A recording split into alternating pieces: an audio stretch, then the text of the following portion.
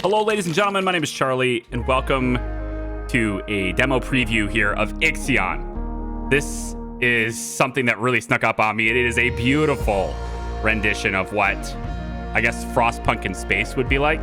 That's the way I'll describe it, I guess. Now, this is not representative of the final game, and I want to give a shout out to Casito Games for sending me out a copy of this early so I can share it with you guys. It's beautiful. It's really beautiful. I'm not going to say much about it. I'm just going to hit new game, but I'll let it explain itself a little bit. And I just want to say also the music, okay? Like, seriously, I could listen to this as my workout jam, right? I just want the soundtrack. If they offer the soundtrack separately, this is not investment advice. I'm going to buy it, though. Let's go.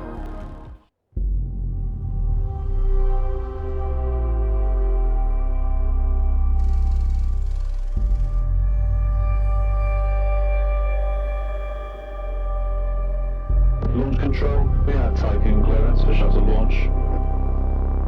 Initiate Stanford protocol. Clean procedures, check.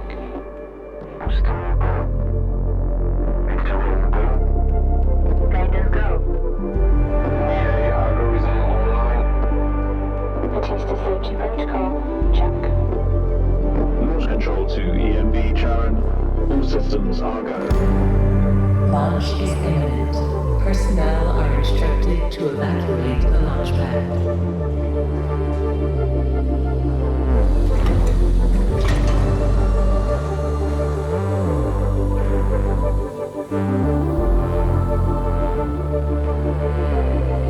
Minus 30 seconds. Deflectors out.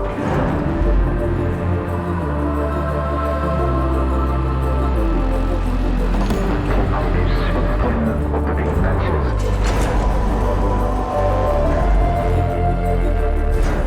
10, 9, 8, 7, Ignition.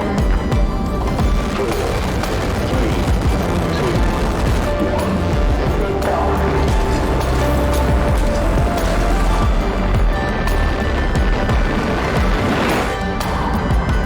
Launch sequence complete. EMB Charon heading for low Earth orbit. Transferring data to inner heaven.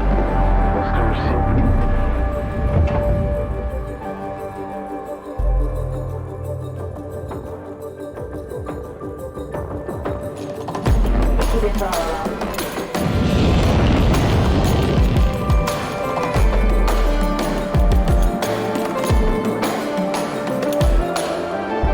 Visualize approaching near Tiqqun structure.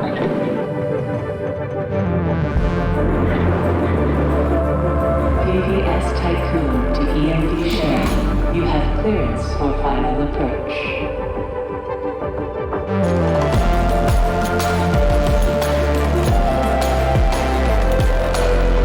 EMD share. You have been assigned to Tiqqun docking bay. How cool is that, man? Oh my god. That's just sick. Welcome on board, passengers. Like, seriously. That's how you introduce a game. I'm just saying. Like, I have no words. I don't have to sell it to you. You saw it, okay? Shuttle EMV Charon is now docked. Sector 1 empowered and pressurized. Munchie decontamination protocol online. Disembarkation authorized. Message to crew members. Welcome on board the Tiqqun, property of Dolus Aerospace Engineering Corporation. You will soon be given your assignments, but until then, please continue to wait near the docking bay. We hope you have a productive voyage, and would like to thank you for your contribution. Okay, so I'm gonna talk over her and just kind of try to get around Eden a little bit here. She's gonna introduce herself to me as her personal assistant. It's basically my AI assistant, and I can skip through the dialogue by just hitting this, but she's gonna walk me through all the different processes and basically keep track of my quests, basically. So this is Giovanni. He's my non-AI companion here. We're gonna hear from several other people, but I'm just gonna tell you some of the things that he says a little bit faster. He also has the crunching, like eating sounds in the microphone, and that's he does that throughout the whole conversation. That's not for everybody, so I'll go ahead and skip it. But after his dialogue is done, we get the end of discussion here. Okay, unlocks the game, unlocks the interface here. Okay, so he basically tells me that I'm in charge of a bunch of stuff. He gives me this overview of my responsibilities, which is essentially to build this place out, okay? Now, we have A and D moves us left and right. Now, and S kind of work when you zoom in, but they don't quite work the way you'd expect them. It's a little bit weird, so I recommend kind of just not using it. First thing we're gonna do is we're gonna build some roads, and I'm gonna just build one kind of through here, and then maybe up a little bit, and then over, and then down a little bit. You know, I could probably just go straight through. It's fine. Now, we need 2 structures first. First is the workshop. I'm going to place that right there. That's going to get some bots that are going to come out and start building my roads. Second, I need a stockpile, and I'm going to place that, I think, right about here. We're going to also get a road built all the way down like that. Probably going to go get one down built this way. And kind of like Frostpunk was, where you have a bunch of like sort of resources that are sitting out in the open, right? Abandoned structures, that kind of thing. That's sort of what we're starting with here. And we're going to utilize the resources that are in here. You know, in this case, it's a bunch of alloys. We're going to use those to build out other structures. So the stockpile, we're going to select alloy here. And that's the foundations for the future, if you will.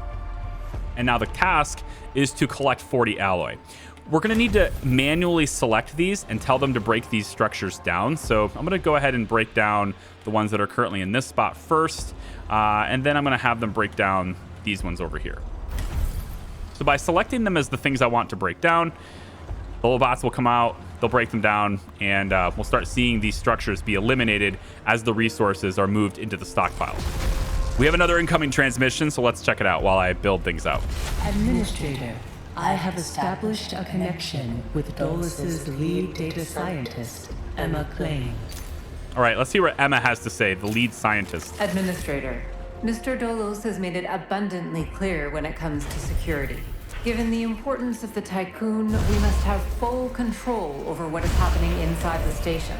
My name is Emma Klein, Dolos's lead data scientist and member of the Marduk Council.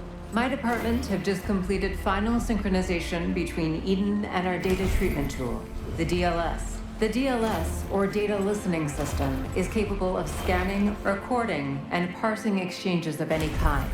The DLS programming that is a part of Eden will filter all data collected and bring to your attention only the most relevant information. It will also provide you with a condensed overview of any situations that may arise and formulate potential future outcomes. It will permit you to give direct orders without having to go through additional unnecessary paperwork. Eden will then take care of everything via their DLS accreditation. As is often the case with tools produced by my department, I think you'll find that once you start using the DLS, you'll never be able to do without it. Oh, and before I let you go ahead and start writing history, Dr. Munchie, our lead medical expert, wanted me to bring to your attention a possible side effect of Vole jumping. Whilst there is a correlation between prolonged space travel and the development of early onset dementia, he believes that a Vole jump has the potential to accelerate this process, although this is yet to be proven. His recommendation is for you to immediately send any crew members that are exhibiting uncharacteristic or symptomatic behavior to an infirmary, as these facilities are equipped to treat the mind as well as the body. Remember that all of your actions and choices are being reported by Eden. We are not affiliated with any national or even international organization. The only people that you are answerable to are those of us who sit on the Marduk Council, who represent the collective interests and ambitions of the company. Okay, so basically I have the answer to the company, and that's what I'm here to do. All right, so a couple of things I got to do. First, there's a communal dining thing, so let's go ahead and check this. And it says the Tiqqun crew members currently have no means of collecting food supplies from storage. Analysis suggests impending crisis due to an influx in hungry crew, and subsequent accident rates are predicted to rise 64.7%. Nyakan's social ecosystem theories suggest that refectories can be used to both ration and distribute food provisions in a stellar habitation setting. A commitment to providing food for the crew would reaffirm your position as a competent administrator. So it's very similar to how Frostpunk does it, where they give you sort of like this ultimatum and say, please do this for us, and then we just go ahead and do that. So in this case, we want a refectory. I'm gonna go ahead and place that close to where, I'll place it down here, kind of close to where I'm gonna put my housing block. I started making some houses. We currently have 70 people that do not have any housing. And the bottom left, you can see the sectors, and as I scroll through, you can see we have lots of different sectors we can look at. There you go. But that is not the extent of the game. Oh no. The most beautiful part of this game is when you zoom out. Like, hello. Oh my God. I want so bad to have a mode of or something where I can just click a button and get rid of the UI. Just let me get rid of the UI right here and then make this my desktop. I want a moving desktop that looks just like this. Damn the power that takes to do that. I just want that. It looks so beautiful. And you can scroll, you can move around, you can check out the station. You can't zoom in. If you start to zoom in a little bit too much, it'll zoom you into the actual productivity view. But it just looks so cool. And yes, we can build on the outside of this, and we will in this video. But for now, we have some things to take care of. So the refectory is here. The last thing I have to do is I have to provide a stockpile. We're gonna do that, I think, over here. And I'm gonna go ahead and just make that like this. And then I'm gonna tell them to make this construction a high priority so that they focus on it like entirely. Now what this is gonna do, once you build these stockpiles, you need to tell them what resources you want to store. So in this case, we've got alloy being stored in these two. I've also built this one, which I'm gonna change to polymers, and then I can go ahead and tell them to start harvesting by basically just saying, hey, will you kindly break down the structures that are here? And then all the stuff starts getting sent into the corresponding stockpile. So for this one, I want there to be food, and I'm gonna go ahead and tell them to break down this over here. This one has the food in it, so we're breaking that down. So now, they're going to send the food from here all the way down to here. It's a little bit far away, but we're going to have that happen. Administrator, I have an incoming transmission from Marduk Council member Henry Bargeville. Okay, what's up, Henry? Bonjour, Administrator. What a wonderful day to embrace our fate, don't you think?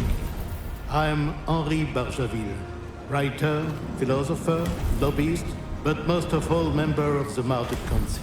I have taken the liberty of personally arranging an exchange out of courtesy with the ocean. Okay, so I'm going to interrupt him too. I just wanted you to hear him and hear what he has to say. But basically, he's going to walk me through cargo ships and transport and space exploration. We're going to talk about that right now too. First, I'm going to click this. And the crew members say they have no quarters to live in. So now I have to commit to having space for everyone to live within 12 cycles. So we'll just go ahead and do that. And I'm going to grab housing again and just place additional housing in a row over here. And that should be enough housing for them to live. So we got their food supply here, and then the stockpile for food supply here, and then a row of housing back on this side, okay?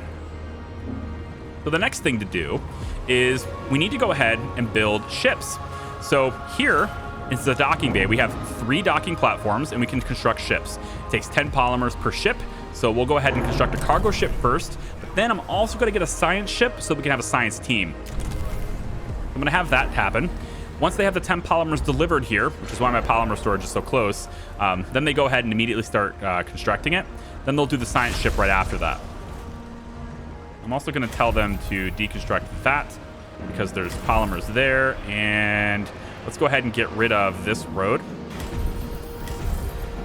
I want to have this road be straight.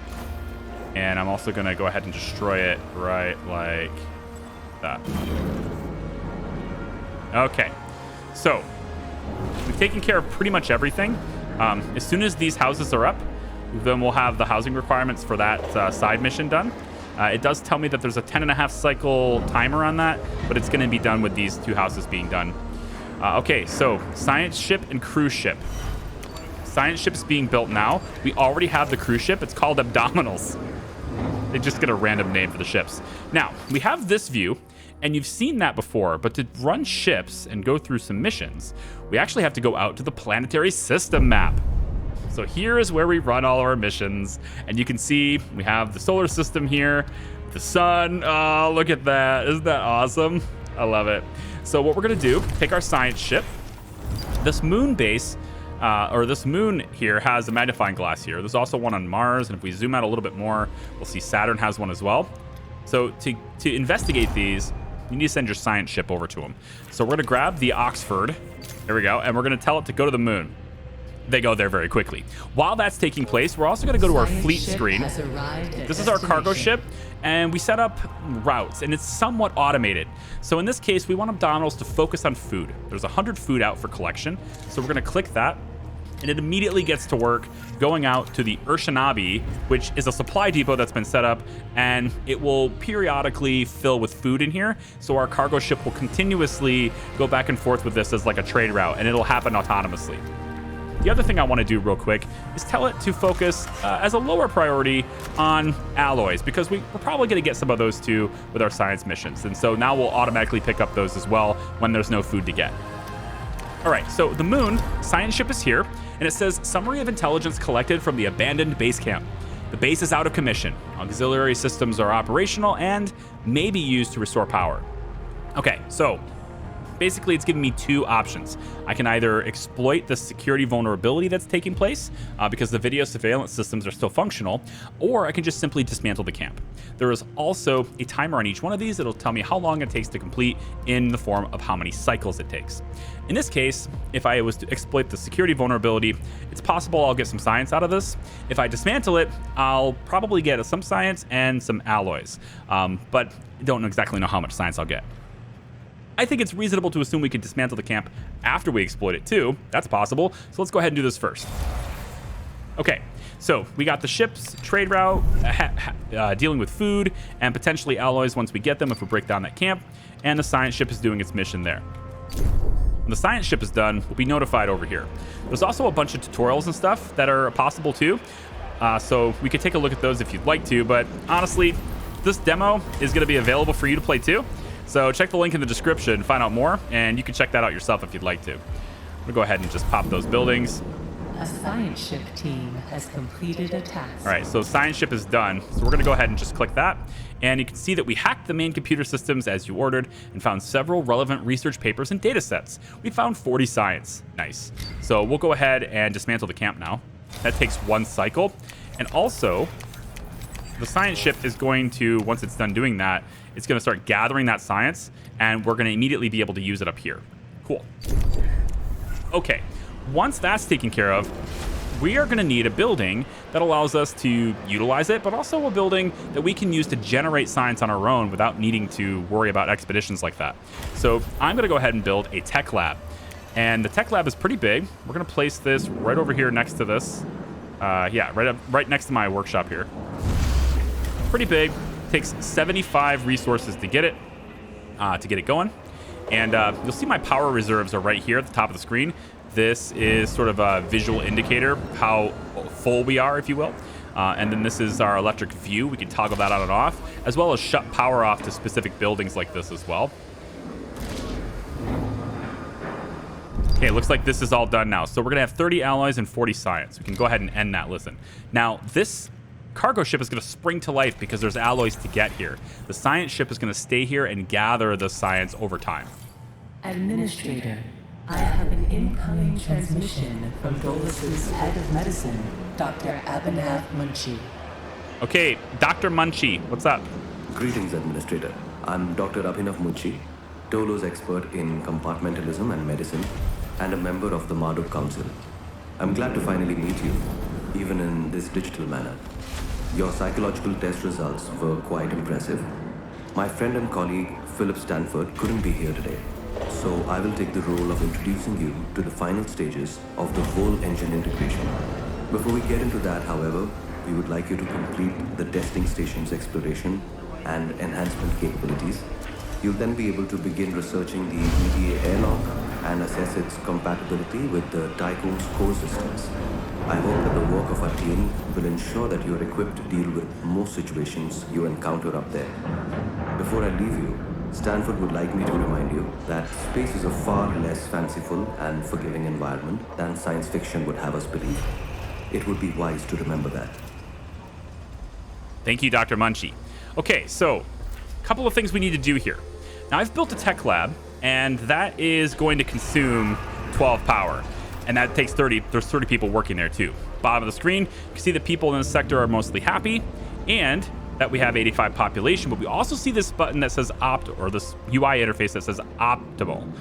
And this means that we are running an optimal amount of people in the jobs. If we are lacking people for jobs, people will have to work harder, which will dramatically increase their stress. Bad things can happen, accidents can happen. So we want to keep this as optimal as we can. And as the game progresses, presumably, because this is kind of a demo, so I don't think we're going to get that far. But as the game progresses, we'll be able to handle all these different sectors at the same time. That'll be very crazy. All right, so inside the docking bay, we got a bunch of food being stored because we keep going that trade route. So what it wants me to do now is research the EVA airlock. All right, now we have 80 science, as you know. Quick zoom out. I'm going to take this Oxford science ship. I'm actually going to send it all the way over to Mars because there's more things to do on Mars. So Oxford, go to Mars. Meanwhile, the fleet for the cargo will just keep going back and forth whenever it's needed. Okay, so with that done, first thing I'm going to do is I'm going to build... No, not build. I'm going to go to the tech tree. So here's our tech tree. Everything with a little white check mark. I guess it's a black check mark with a white circle. That's researched already. And then there are certain upgrades that go with these things. So the EKP engine, for example, we can put in a Stanford upgrade, and there's other types of upgrades as well with different science costs to them. Solar panels, for example, we can put in photosensitive lamination or self-cleaning systems, whatever we want. As long as we have the research points to do it, we can do it. In this case, it wants us to do the EVA airlock. That's something we do not actually have. So let me go ahead and click that, and we're going to research it.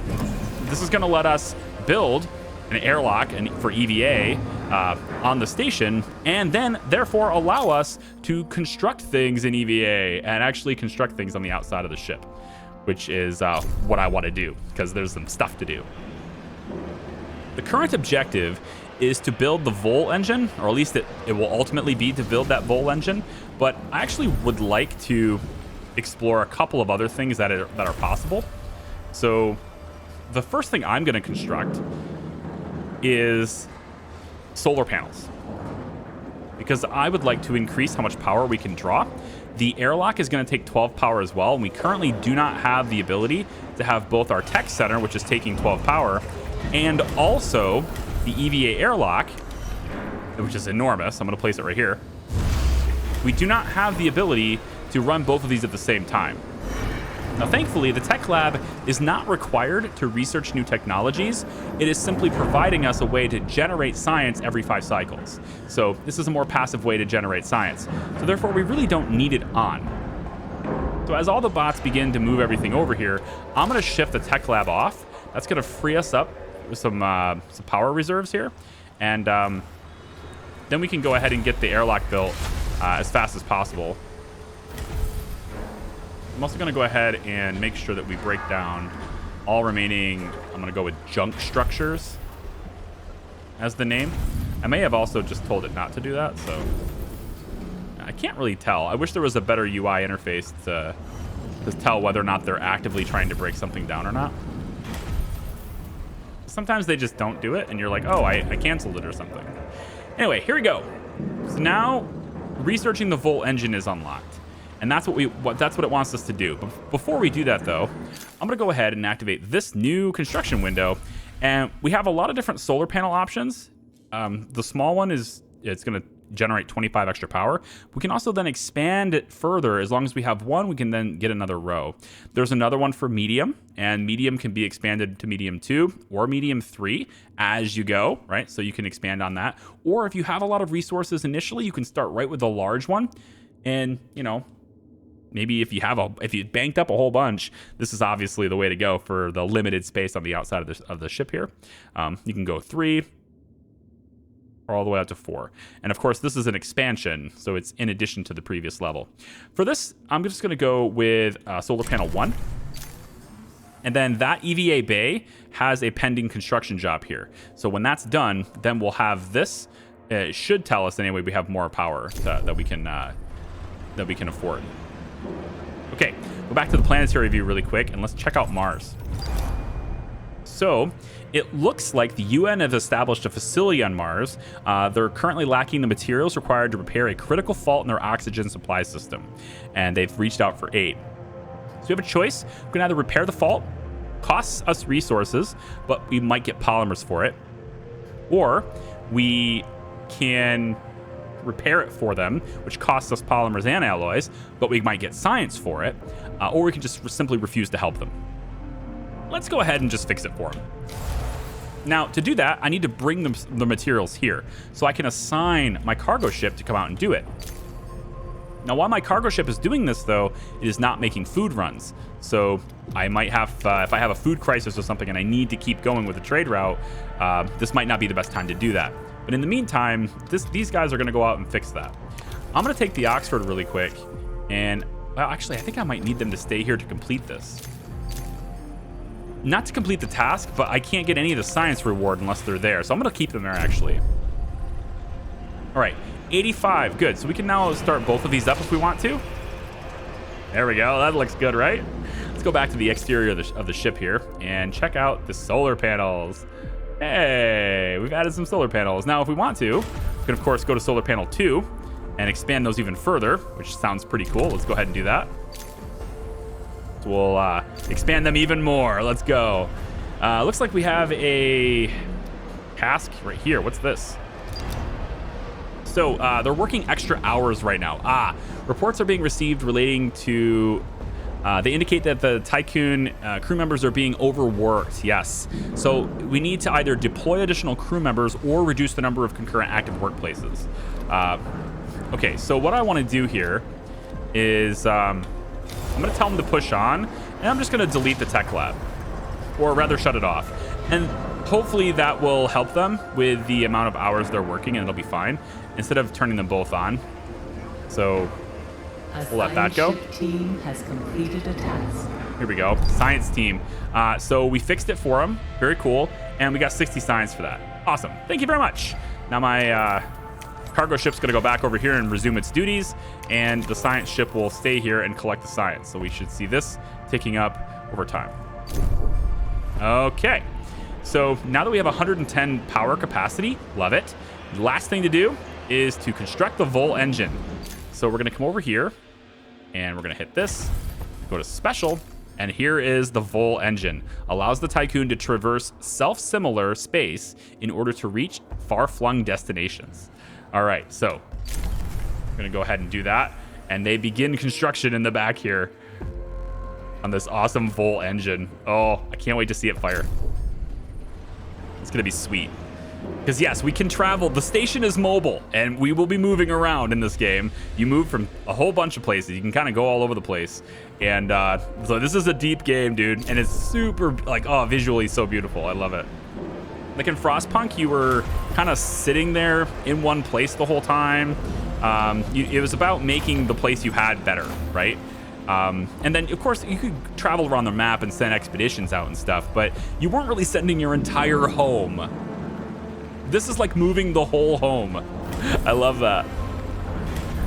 All right, so we're going to try to break down these things here, get as many resources as we can. It looks like this is probably my last little bit here. Right there.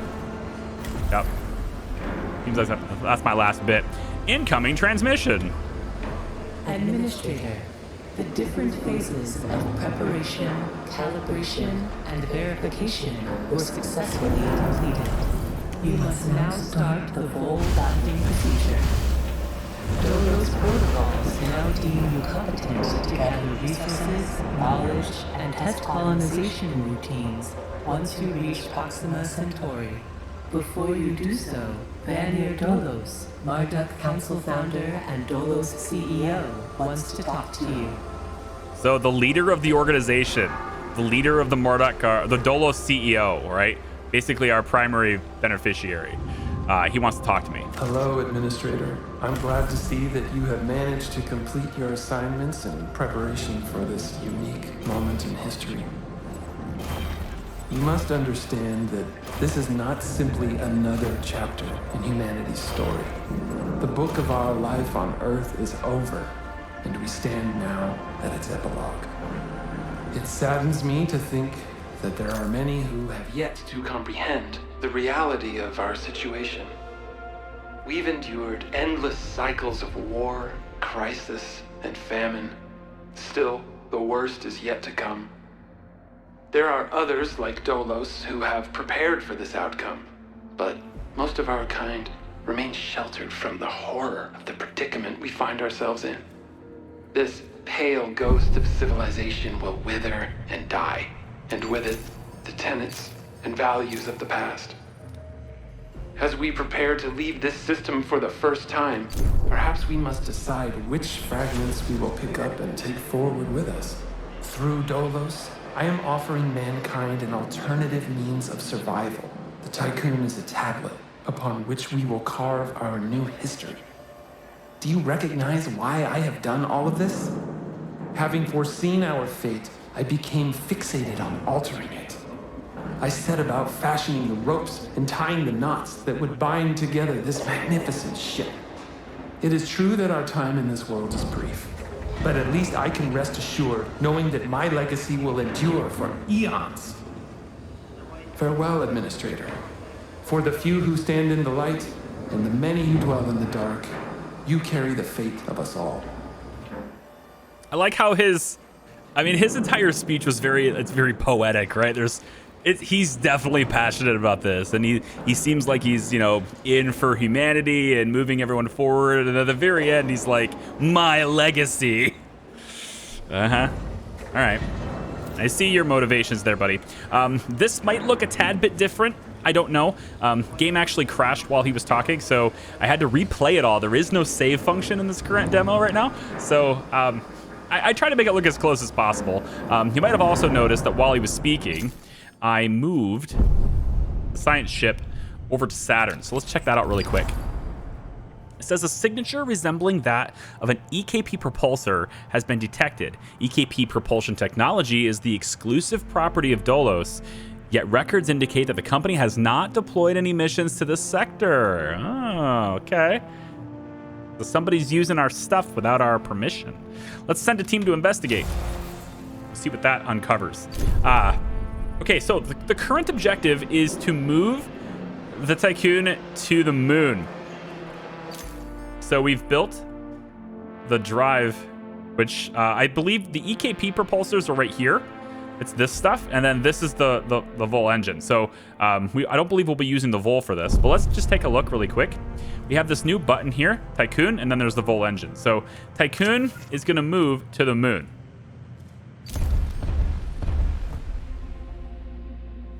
Oh, look at this. It's on its way. You can actually follow that too with the exterior view. So the exterior view will follow the current position of your ship. You can see how the Earth is getting further away. And we get over here, and of course we slow down a bit, and here we are. Slow down, and we're now in orbit of the moon. I like how it turned around and everything. Like, it just turns. Super cool. So we've reduced our velocity, and we're now in orbit of the moon. And that's pretty sweet, right? There we are. Cool. So we've moved the Tiqqun to the moon, and you see that the power is at maximum power, but then upon arrival, everything will shift on. So once we're firmly in position, everything will shift back on, and we're all okay. So there we go. Administrator, because of your continued successful management of the Tiqqun, Dolos have authorized the dispatch of new crew members and food supplies. Please ensure that they have suitable accommodation once you reach Proxima Centauri. So they're sending us new people. I kind of knew that ahead of time, so I went ahead and made this extra row of houses, of course. And then all we need to do now, because the refectory can only really care for, 100 crew members, we're going to build another refectory. Let's pop it right there. And then let's check out the exterior view really quick. So we're on the moon now. Oh, I love it. And then by this time, I think... Okay, the Saturn thing is not quite done yet. I'm going to speed up time because I want to see what happens with the Saturn stuff. And we also have the Vole engine now. So we can go. We can go to a whole new system now. We don't have to stay in the Milky Way anymore. Or no, the Milky Way. We don't have to stay in the Sol system, right? In the Sun system. We're pretty sure we're still gonna be in the Milky Way. But yeah, you get what I'm saying. All right, I'm just getting excited. Way too far ahead of myself here. We have lots of power, and we actually have 185 population now. So more than enough people to work this. We have 14 people that are homeless. So I didn't build quite enough housing, but that's okay. Build an extra house over there, no big deal. Now, the food's going to keep coming in, right? We got to keep sending it in for the increased population and stuff. So that's going to keep getting delivered to that stockpile. I think in hindsight, probably move the food stockpile a little bit closer, but it is what it is. All right, Saturn, what's up? So it says a prototype rocket sent by the UN seems to use a variation on EKP propulsion. We have stripped it down and recovered informational schematics and resources. We found 40 science for that. All right, pretty cool. So the last thing to do is to initiate a Vole jump. So are you ready? Are you ready to go?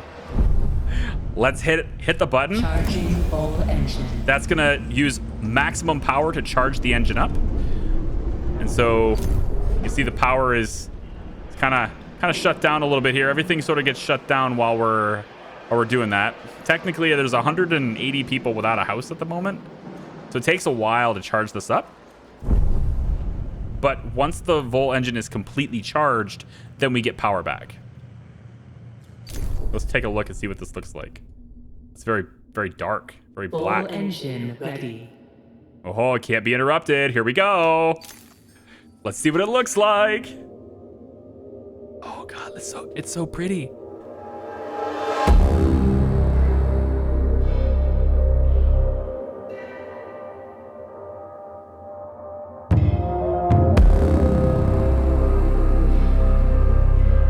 Oh boy.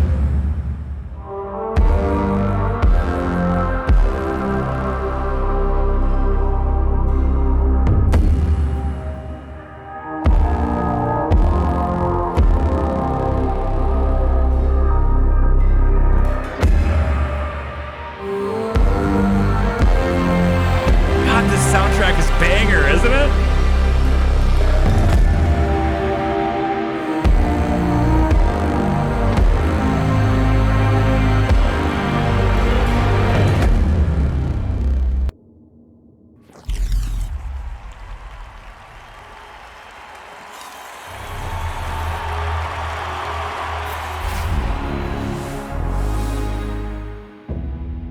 The Earth, our home.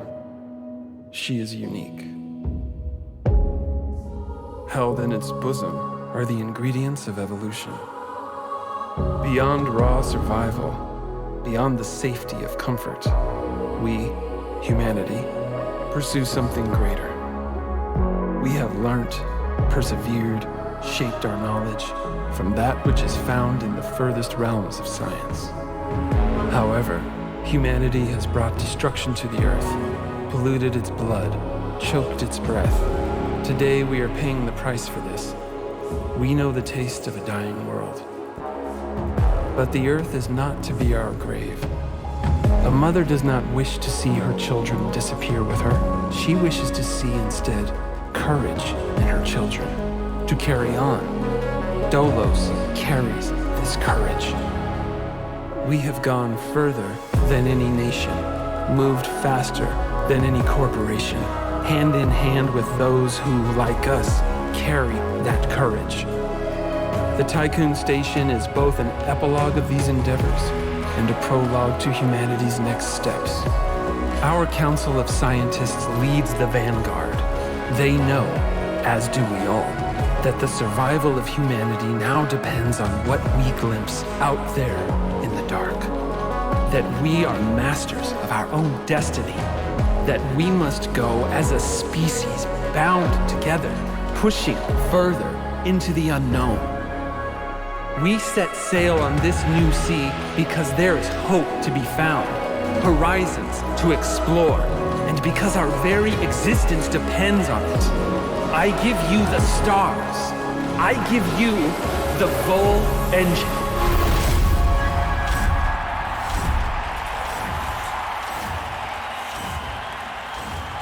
Oh, we can see it from Earth.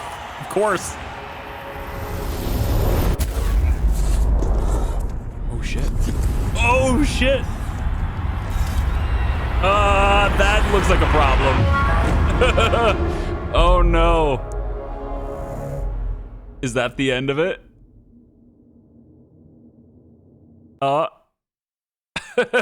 Hey, I don't think that was part of the plan, huh? Hey, that's the end of it. Okay. Yeah, this is Ixion. We're totally gonna play more of this. But that is the extent of what I have available to me at this time.